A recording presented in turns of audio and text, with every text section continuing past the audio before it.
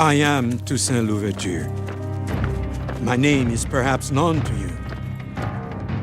He was called the Black George Washington. He fought off 3 empires and enraged Napoleon. The prospect of a black republic is equally disturbing to the Spanish, the English, and the Americans.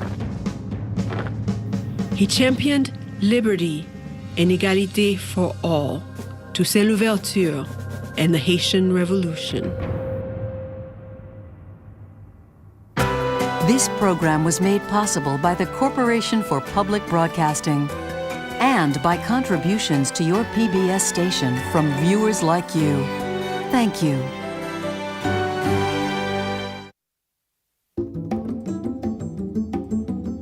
Haiti is always described as the poorest country in the Western Hemisphere. But during its height as Saint-Domingue, it was the richest place in the Americas. The thing about it, though, is that its richness was all rooted in slaves. Its wealth was based on human capital, on owning that human capital. All day, as long as the sun is shining, the men are bending over and swaying a machete at the foot of the sugarcane. The world as you know it disappears. Therefore, you become an animal, and you expect to live like an animal.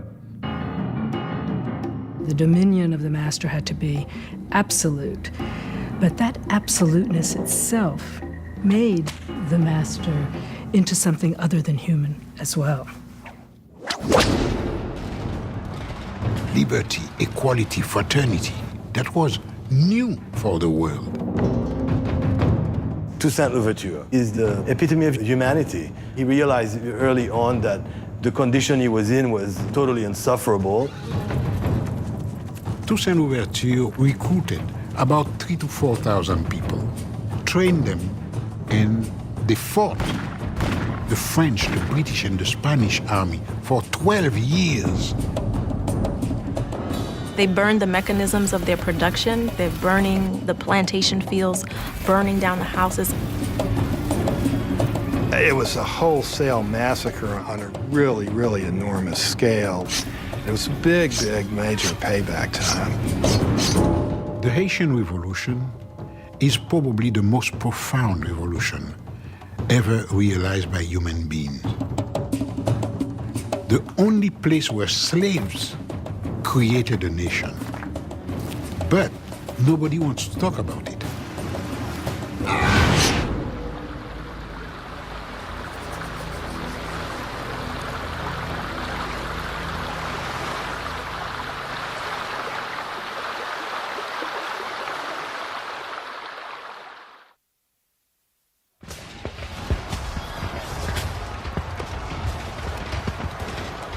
In the summer of 1789, when Haiti was still the dormant colony of Saint-Domingue, it was France that grabbed the world's attention.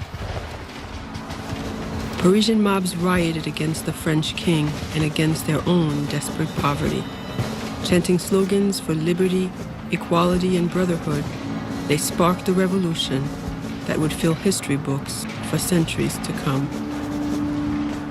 The trick about the French Revolution was that it meant a lot of different things to a lot of different people.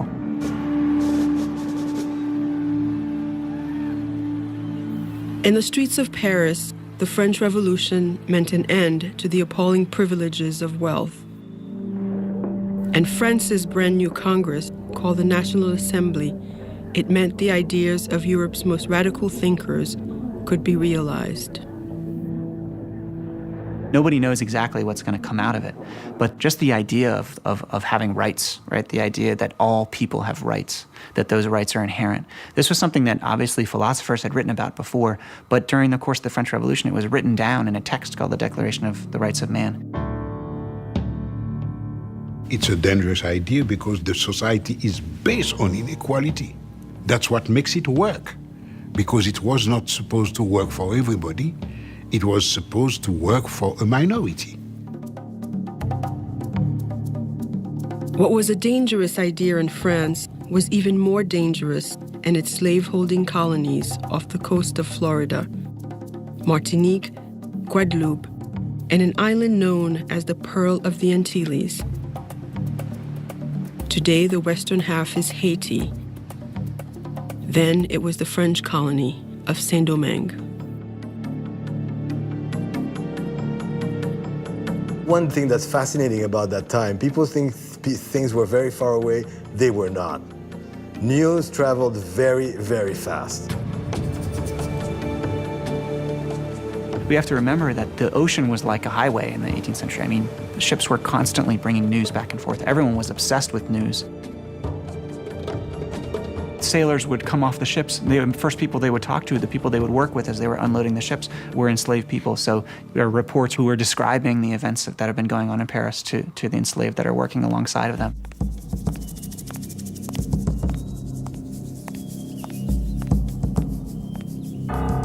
Few intended colonial slaves should take democratic ideas to heart. Far too much was at stake. Sugar greased the wheels of the 18th century economy, and Saint-Domingue was the sugar capital of the world.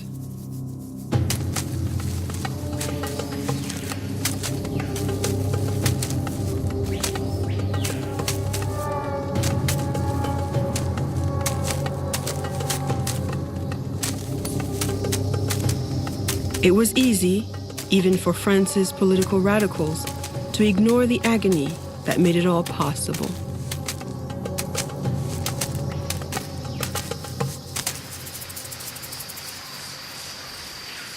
The leaves of the sugarcane are just like minuscule saw. If they cut you, you may not even see it. But when you perspire, the sweat gets in it and it burns. In the roots, there are ants. They bite. And when they bite you, you will scratch yourself for half a day. If the worker refuses to work, well, there is a law which you just shoot him, that's all. The whole concept of slavery itself is a totally savage one. The French, they brought it down to science. A slave coming from Africa would not last 3 years, the way the system was organized. They had it down to that kind of statistics. They did it very systematically, and it was very successful.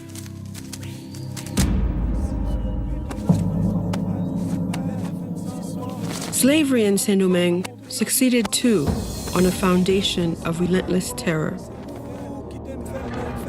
Slave owner Stanislas Saint-Fouache explained it as rational management.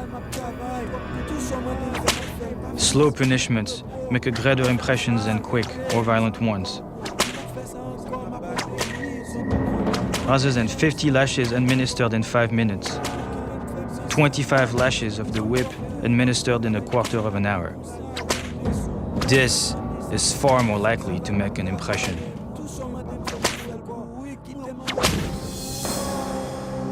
The accounts about the tortures inflicted on slaves are often horrifying.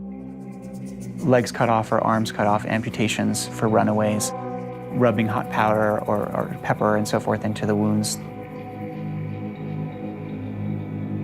Slaves actually hung and left to die.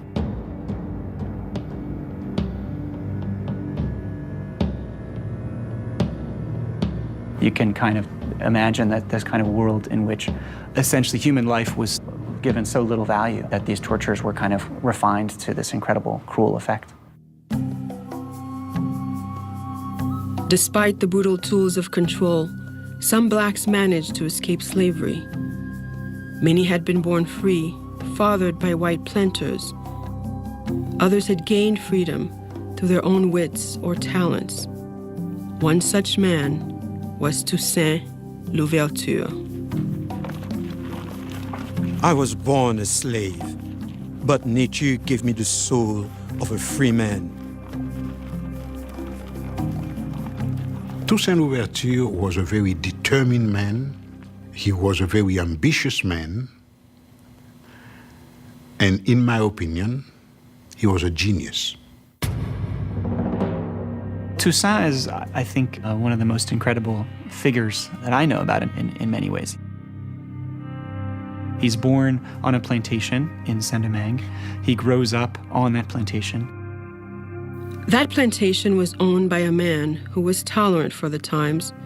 Toussaint was taught to read and write as a child.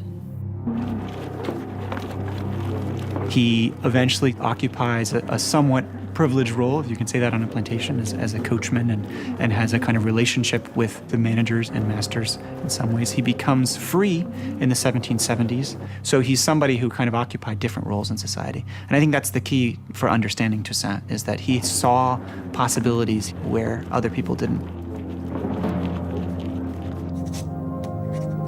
He had businesses, had contacts in the US and elsewhere, bank accounts, managed his affairs pretty well. The man was endless in organizational capacity. I mean, he would have been a fantastic CEO today.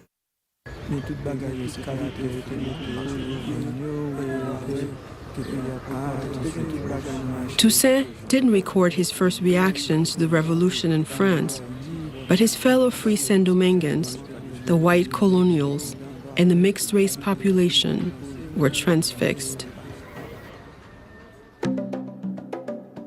In 1789, there were about 40,000 white people and about 30,000 colored people who were, of course, their sons and cousins and so on and so forth, who were landowners themselves, many of them slave owners themselves, many of them very effective businessmen, many of them involved romantically with the white master class. One of the things that's important to remember about Haiti and race is it wasn't simply black and white. Instead, you had numerous gradations of color. One historian went so far as to give 110 categories of color, from absolute black to absolute white. And to each combination, he gave a name: mulatto, quadroon, Mamaluke. And what he was accounting for was the drops of black blood. Whites hoped for more control over the colony's governance, but the colony's mixed-race population hoped for more fundamental changes. They had been born free, but not equal. They had to show physical respect for the white. Stand up when they are in presence of a white, call them Mr. or whatever title they wanted to have. It was not easy for them, and that's exactly why they were the first one, before the blacks, they were the first one to ask for equality. The mixed-race population of Saint-Domingue decided their chance had come in 1791. They sent a petition to France's new government asking for the rights of citizenship. This is a powerful message to have been taking place in a society that was explicitly organized on inequality.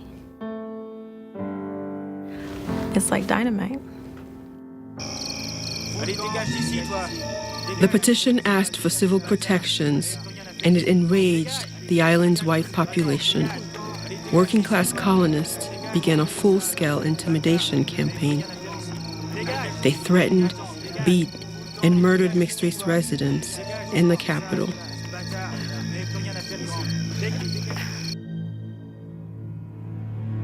But the petition met a different reception back in Paris. The new breed of delegates in the National Assembly issued a landmark decree. They extended equal rights to the small population of mixed-race people born of two free parents.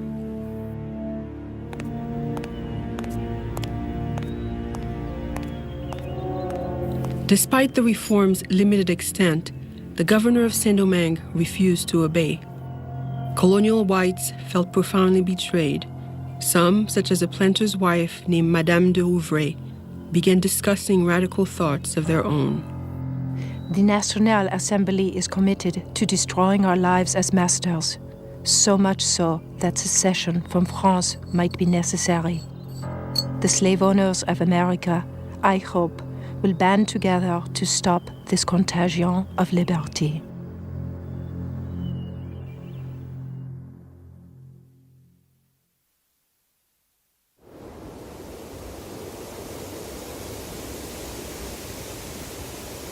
The good Lord who created the sun which gives us light from above, who rouses the sea and makes the thunder roar, watches us.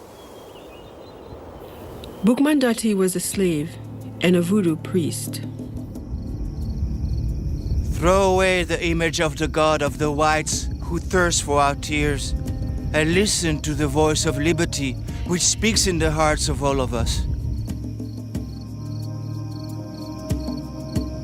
In August 1791, as Saint-Domingue's white and mixed-race population squared off for a showdown, Boukman called together slaves from neighboring plantations. They'd been kidnapped from different parts of Africa, and the voodoo religion was their common culture.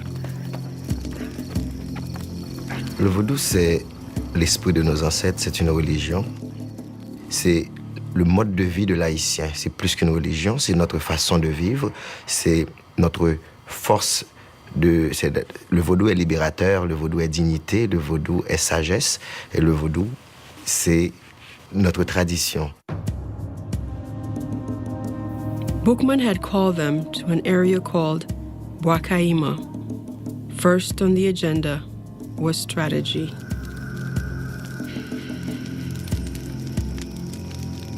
That ceremony of Wakaima is the first Haitian Congress, the beginning of the revolution.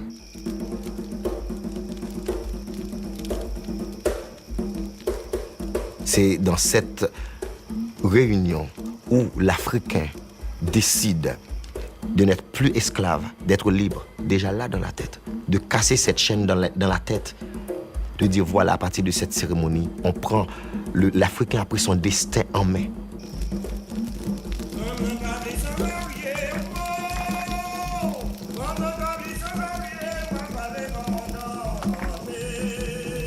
Haitian tradition says the slaves of Saint-Domingue planned that night to revolt. They timed their uprising to start on multiple plantations in 2 weeks' time. And they swore each other to secrecy. They even said that they killed a pig and they drank the blood.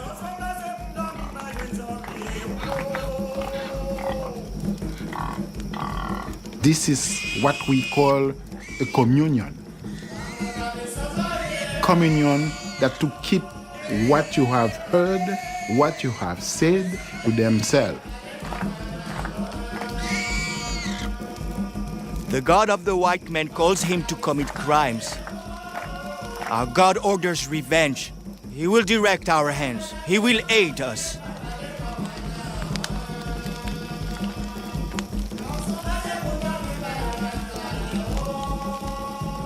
On the night of August 22nd, 1791, 1,000 enslaved Africans attacked their masters. Les esclaves empoisonnaient, les esclaves piquaient, les esclaves tuaient, les esclaves voulaient leur indépendance. For them to be free, they have to have the same amount of violence that you exerted on them. That's why the revolution was very brutal. This is that hatred in the first day that came out.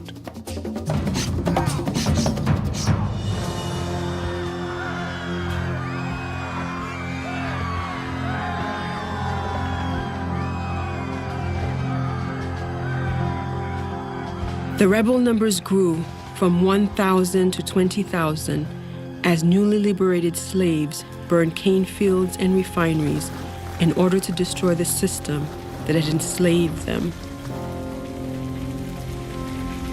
Within 3 days, the most profitable plantations in the Americas had been laid waste, 184 sugar plantations, and 1,000 coffee farms. Whites and mixed-race people fled to the capital city for mutual protection. From there, they watched firestorms on all horizons. You've got a fiery cataclysm of enormous scale. I mean, the people on ships in the harbor supposedly could read their mail by the light of these fires that were, 10, 15, 20 miles away, to give you some faint idea of what this would have been like if you were there. The eruption of violence put Toussaint Louverture in a difficult position. His own fortunes were tied to the plantation system, and he had straddled the white and black worlds for some 15 years. Toussaint was no longer a slave. He didn't have the mentality of a slave. He was the owner of 2 or 3 plantations. He was not of the same class anymore. His interests were different from the interests of the masses.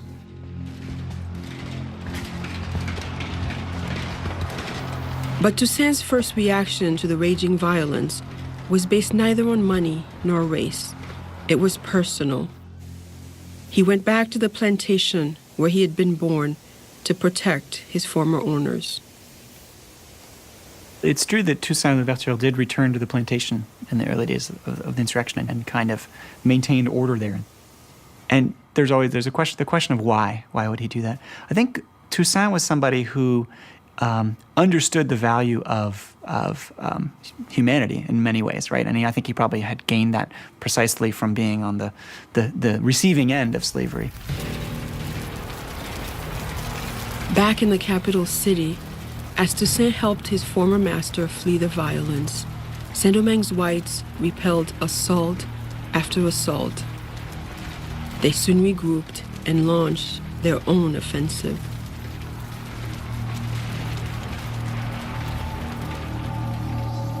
The bloodletting continued day after day, week after soul-numbing week. French colonist Pamphile de Lacroix. The country is filled with dead bodies which lie unburied. The Negroes have left the whites with stakes driven through them into the ground. And the white troops, who take no prisoners, leave Negroes dead upon the field. 3 months after the revolution started, the voodoo priest Boukman Doti was killed in battle. White soldiers decapitated him and burned his body in view of the rebel camp.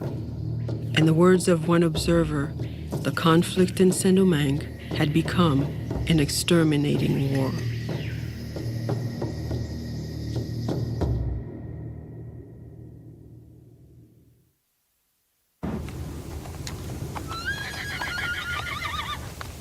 In the autumn of 1791, Toussaint Louverture could no longer sit on the sidelines. Despite a wife and children, despite the chance even of losing his own freedom, Toussaint didn't hesitate long. He left everything. He dropped everything, and he went to the mountain. It was an act of extraordinary risk. The island's 500,000 slaves outnumbered whites by 12 to 1. But their ultimate prospects were poor. Few had experience in military strategy, and they had no unifying history or long-term vision. The fact is, a lot of people didn't really know what freedom was supposed to look like.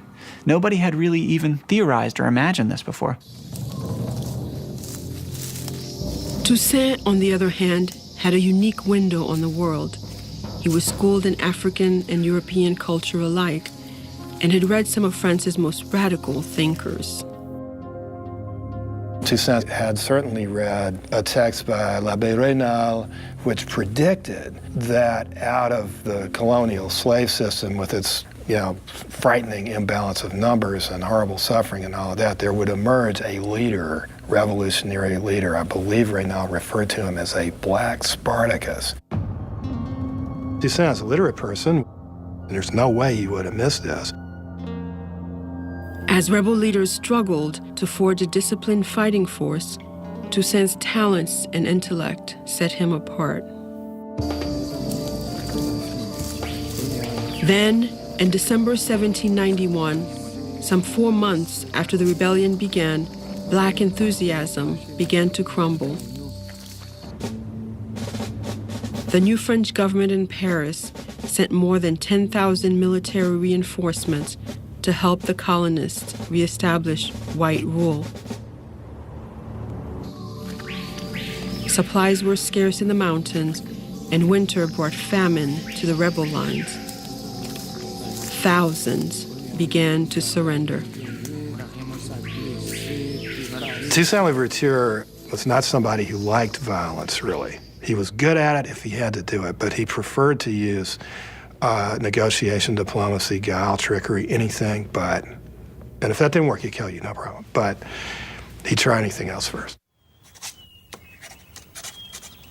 Toussaint Louverture was asked to write up a settlement offer in exchange for the freedom of 200 slave leaders and better working conditions on the plantations. The proposal offered to send most of the rebels back to the plantation. It was a stark recognition of 18th century realities. Sometimes it's easy to look back at this and suggest that they were willing to sell out their followers. While the terms, I think it's true, are troubling in some ways, they were also trying to seek some change. And I think the key here is that it was really difficult to imagine that you would actually eliminate slavery.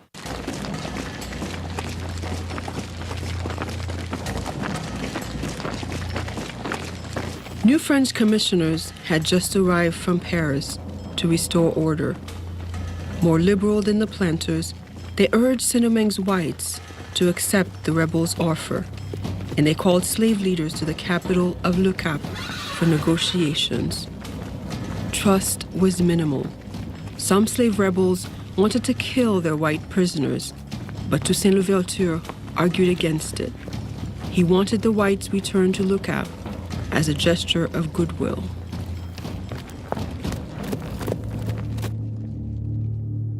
So Toussaint is sent to negotiate with the planters with the idea that, in a sense, a settlement can be reached.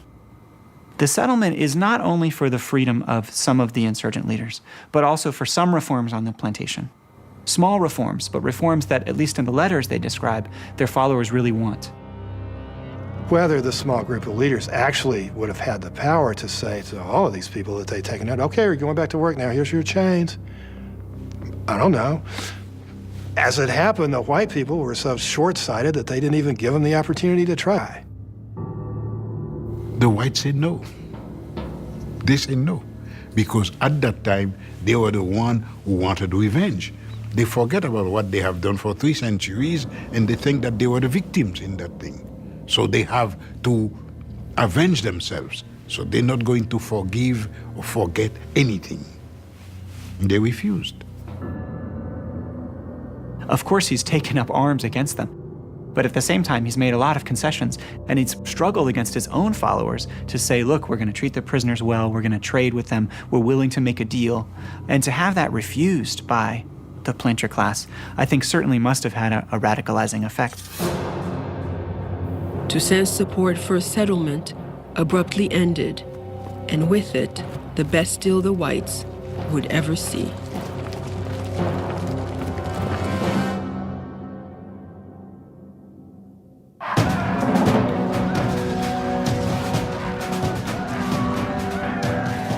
Back in France, the Democratic Revolution had turned to terror. France's Revolutionary Army was at war with neighboring countries. Its radical leaders sought to purge themselves of enemies from within. They executed thousands. And in early 1793, they did the unthinkable. The revolutionary government beheaded the king. Events in France were moving faster than anyone had ever intended. I mean, this was volcanic upheaval, a true class revolution that turned everything completely upside down. And each ripple that came out would strike the shores of Saint-Domingue.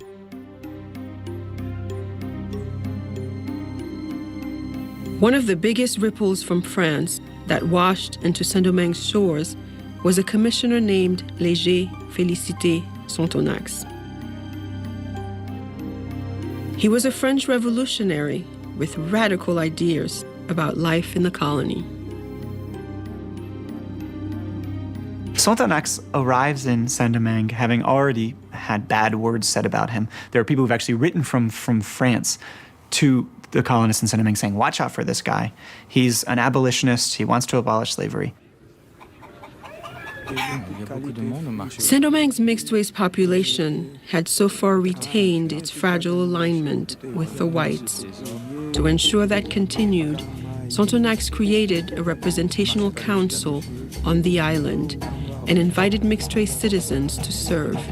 He even brought mixed-race men into the colonial government. And a lot of white planters are really, really upset about that and see him as a really destructive force. The white planters had cause for worry.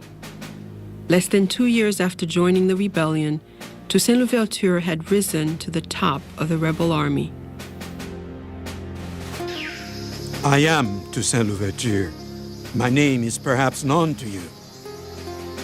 In 1793, he wrote an open letter to the island's disenfranchised. I have undertaken vengeance. I want liberty and equality to reign in Saint-Domingue. I work to bring them into existence. Unite yourselves to us, brothers, and fight with us for the same cause. With his letter, he announces two things. He announces, first of all, his commitment to the process, to the project of emancipation, and he announces his presence as a leader, maybe even the leader. He has gained great respect from his followers. And with this proclamation, he's essentially saying, you want freedom, and I'm the one who's going to bring you that freedom. So I'm the person to follow in this regard.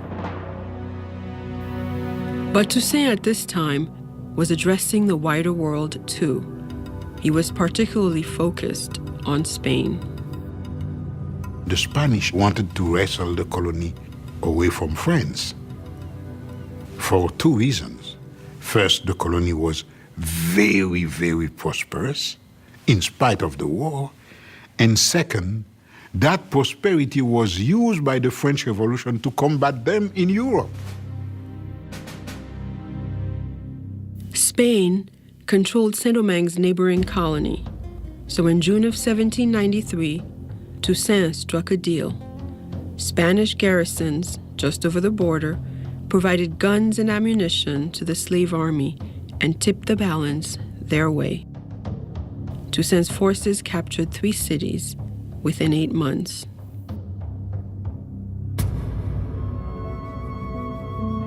Saint-Domingue's white planters were desperate. Many hated the new order in France. In a treasonous move, they invited the British to help put down the slave rebellion. Now, the empires of France, Spain, and England, along with a vast army of former slaves, were fighting for control of the small island colony.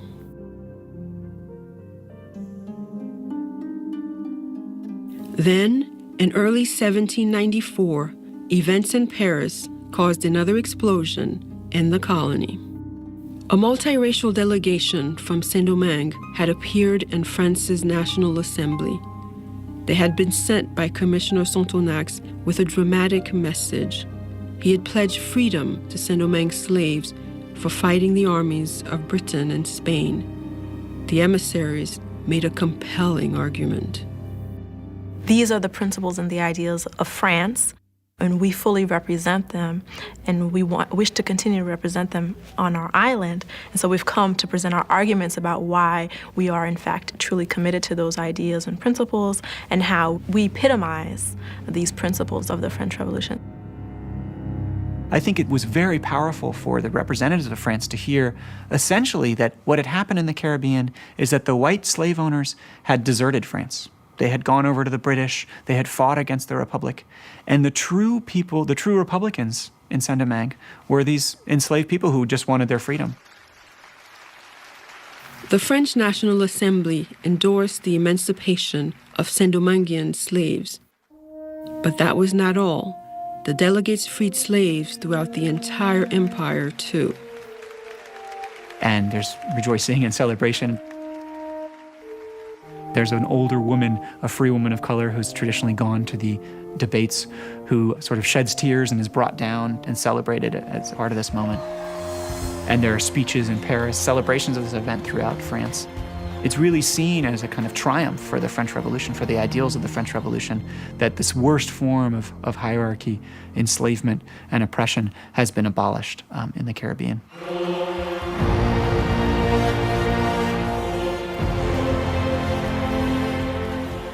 It was utterly unprecedented.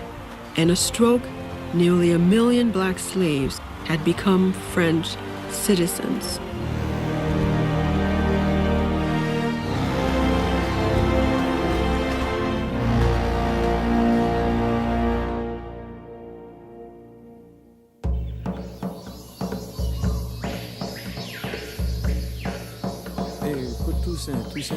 Word that the French revolutionary government had freed its slaves reached Saint-Domingue quickly.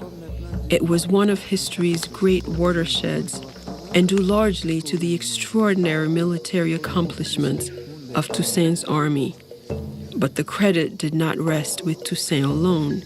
He had several able commanders working under him, men like Jean-Jacques Dessalines, who shared his soldiers' life experiences more closely than Toussaint. Dessalines had been mistreated in slavery considerably, whipped a lot. He had tremendous whip scars on his back that he liked to display on occasion. He had deep reserves of anger and violence, but also a very intelligent man. For Dessalines and Toussaint, emancipation changed everything. They quickly trimmed their sails to the new order.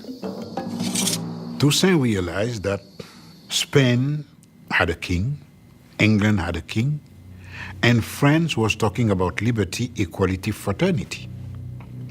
All men equal. So he realized that although the revolt started by fighting the French right now could be the best help they could receive. So he rejoined the French.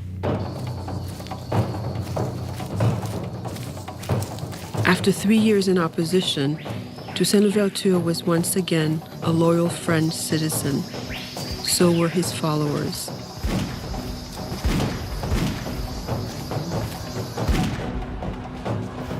It tipped the balance. Before long, Toussaint, Dessalines, and the army of ex-slaves pushed the Spanish out of Saint-Domingue. The British soon followed. Word of Toussaint's astonishing string of victories against white armies was spreading across the European world. They didn't like it. They didn't like it at all that there was a black general beating white armies. They didn't like it. Slaveholders everywhere were stunned and worried. In the United States, for instance, and in Cuba, they didn't want even white Frenchmen to come because they would tell the story. Why are you running away from Saint-Domingue? They would answer that, and no matter what they answer, it would be known that there was a black revolt. We confronted dangers in order to gain our liberty, and we will be able to confront death in order to keep it. Slaves had once accepted their chain because they had not experienced a state happier than slavery. But those days are over. The people of Saint-Domingue would rather be buried in the ruin of their country than suffer the return of slavery. Toussaint's ringing language showed his profound attachment to democratic ideals, but there was another side to Toussaint too.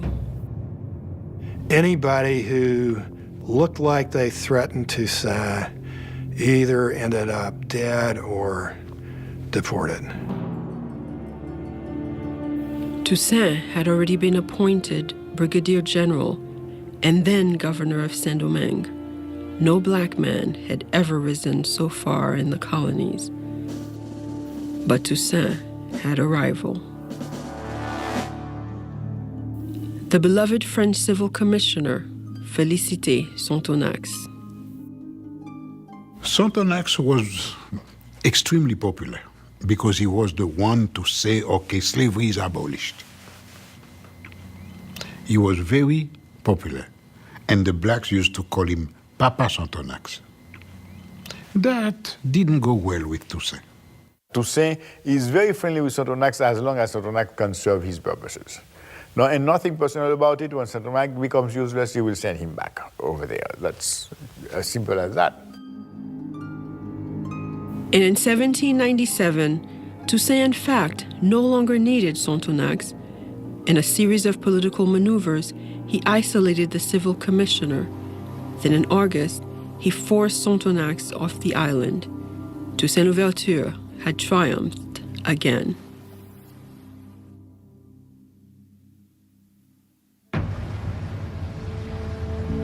In 1798, as Toussaint Louverture was evicting the last of the British from his island, another French general battled British interest halfway around the world in Egypt. His name was Napoleon Bonaparte. Well, Toussaint and Napoleon in many ways are similar. Both were a little bit from the margins of French society. They succeeded through military brilliance, and they're both incredible military leaders. And they became political leaders as a result of their military experience. But Napoleon's victories would put Toussaint's at risk. Just months after conquering Egypt, Napoleon marched into Paris. A coup d'etat toppled the revolutionary government, and Napoleon took the reins of power. The revolution is over, he declared. I am the revolution. As Napoleon is rising to power in France, Toussaint is watching closely about what's going on. He knows several things. He knows, first of all, that there are very powerful pro-slavery voices in France who are agitating against him, attacking him, and proposing that slavery actually be recreated in some form in Saint-Domingue. Toussaint believes Saint-Domingue's survival and the survival of freedom itself depended on his ability to mobilize people to rebuild the devastated economy. And in Toussaint's mind, that meant one thing.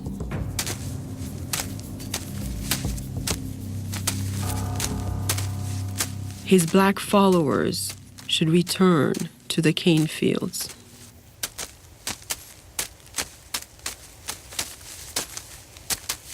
There were some compelling reasons for this. I mean, mainly in Toussaint's situation, he was really in a bind at that point, in the sense that his hope for peace was restoring productivity on the plantations, recreating the sugar trade in particularly. But nobody wanted to go back to that kind of work, so he pretty well had to force them. And then the people began to think, this is a lot like slavery. He was strong, maybe a little too strong with the blacks in several occasions, but he had to do it. He had to do it. To be a leader, you got to know where to lay back, and you have to know when to say, okay, guys, go ahead, let's do it. If you don't do it, hell, whatever the consequences, you'll pay for it. Most newly freed slaves didn't see it that way. They wanted to work for themselves, growing crops for food rather than export. Toussaint's luster began to tarnish. Napoleon, on the other hand, was riding high. He restructured the government and proclaimed a new constitution for France. Far from enshrining black emancipation, it opened the door for France to reinstitute slavery in its colonies. When Louverture heard that, he really understood that something was changing. And more ominously, he understood that he didn't have any way to influence Napoleon. And so what he did in kind of typical Toussaint fashion is he responded by saying, okay, Saint-Domingue is going to have its own laws. Well, here they are. I'm in charge here. I might as well write the Constitution. Toussaint's constitution decreed slavery would never exist in Saint-Domingue again, and it was the first in history to prohibit discrimination based on skin color, a milestone that U.S. law would not guarantee for another 150 years. The Constitution had troubling elements too. It made Toussaint governor for life, with sole authority to designate his successor. Toussaint is a great hero to me, but this was not a good idea. I mean, he basically, with that gesture, installed permanent military dictatorship, which has remained a problem in Haiti for 2 centuries. He could have done what he needed to do without that, I think. I'm not quite sure why he did it. But that was enough to send Napoleon over the edge. Napoleon Bonaparte had had enough of revolution, and according to Napoleon, the U.S. President, Thomas Jefferson, shared his view. The prospect of a black republic is equally disturbing to the Spanish, the English, and the Americans. Jefferson has promised that at the instant the French army has arrived, all measures will be taken to starve Toussaint. Rid us of these gilded Negroes, and we will have nothing more to wish for. Toussaint tried urgently to show Napoleon that military logic, if nothing else, proved the merit of black ambitions. Toussaint was writing Napoleon. He wanted so much to be recognized as saving this land for France. His efforts failed. In 1802, Toussaint was stunned to see the largest French expeditionary force ever assembled entering Saint-Domingue's harbor. Its mission was simple. Napoleon wanted to turn back the clock. My decision to destroy the authority of the blacks in Saint-Domingue is not so much based on consideration of commerce and money as on the need to block forever the march of the blacks in the world. Toussaint Louverture fought the invading French army for 3 grueling months, but the island's black population, now disenchanted with his leadership, offered lackluster support.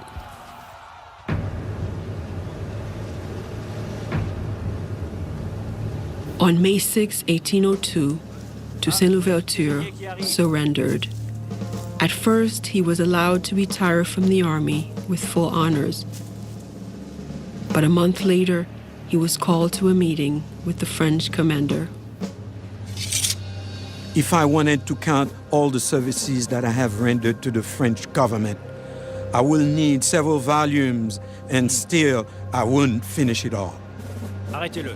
Toussaint was arrested on charges of conspiracy. He wrote some stuff that's very eloquent, saying, I rather suspect that it's because of my color that you're treating me like a common criminal, although I prefer not to believe this. And to compensate me for all the services, they arrested me arbitrarily in Saint-Domingue. They choked me and dragged me like a criminal without any decorum or concern for my rank. Is that the recompense due my work? Normally, a mutinous French officer would have been brought before a military tribunal, so he comports himself as if he's going to have a military trial. Toussaint's sons had been educated in France. They had even met Napoleon. Hoping again that Napoleon would understand his thinking, Toussaint peacefully boarded a ship for France. Saint-Domingue remained mostly calm in Toussaint's wake. Jean-Jacques Dessalines and the other black officers continued cooperating with French General Victor Leclerc. But then, news arrived from the nearby colony of Guadeloupe. Napoleon had reinstated slavery. Leclerc reported that he had Dessalines in his pocket and controlled him and had mastered his spirit. Well, he was extremely wrong about that. Saint-Domingue erupted in anger and fear. Dessalines quickly broke from France. One more time, the former slaves of Saint-Domingue took to the field against European armies. Dessalines is a no-holds-barred, no-compromising leader and figure who is going to eradicate anything that stands in the way of what the people have been mobilizing towards. That's generally reported that Dessalines killed all the white people, a massacre of all white people, race war. No, not really. There's one report by a survivor who managed to get out to escape by masquerading as an American, because Dessalines was not killing Americans or English, just French.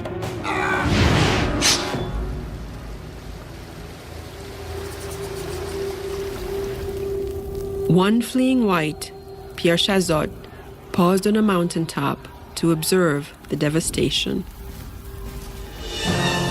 No less than 10 square leagues of country burning like volcanoes.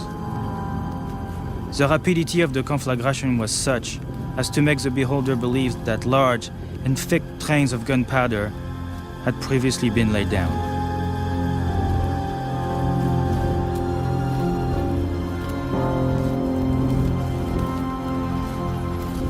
The war becomes this extreme scorched earth kind of campaign in which Dessalines and others burn the towns in order to basically leave the French with no choice but to depart.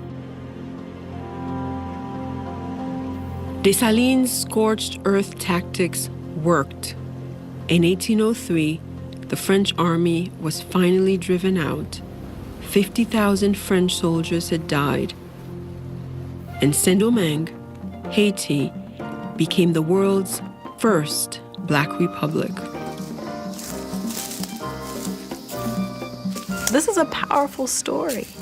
It wasn't just an anti-colonial revolution, but it was also an anti-slavery revolution in that it said your economy and your privilege, which is based on forced labor, cannot stand, it will not stand.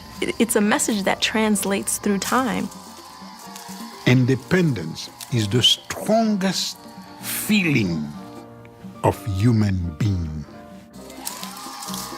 I think we all, in some ways, have inherited something from this revolution, because it's really the first place that people insisted absolutely that human rights were for all people. It's something that everybody should know about it, to know exactly what our species, not black people, but our species can realize. But Toussaint Louverture never lived to see victory. By the time Haiti attained the goal he fought so hard to achieve, the imprisoned revolutionary had died in a freezing cell in the mountains of France. "And overthrowing me," Louverture wrote as he left for France, "you have only cut down the trunk of the liberty tree of the blacks and Saint-Domingue.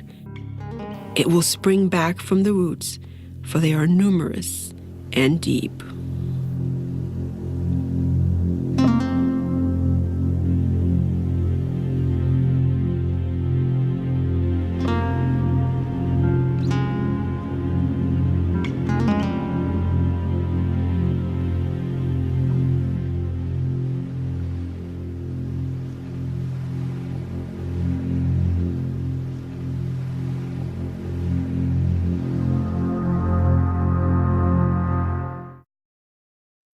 Égalité for All, Toussaint Louveture and the Haitian Revolution is available on DVD. The companion book is also available. To order, visit shoppbs.org or call us at 1-800-PLAY-PBS.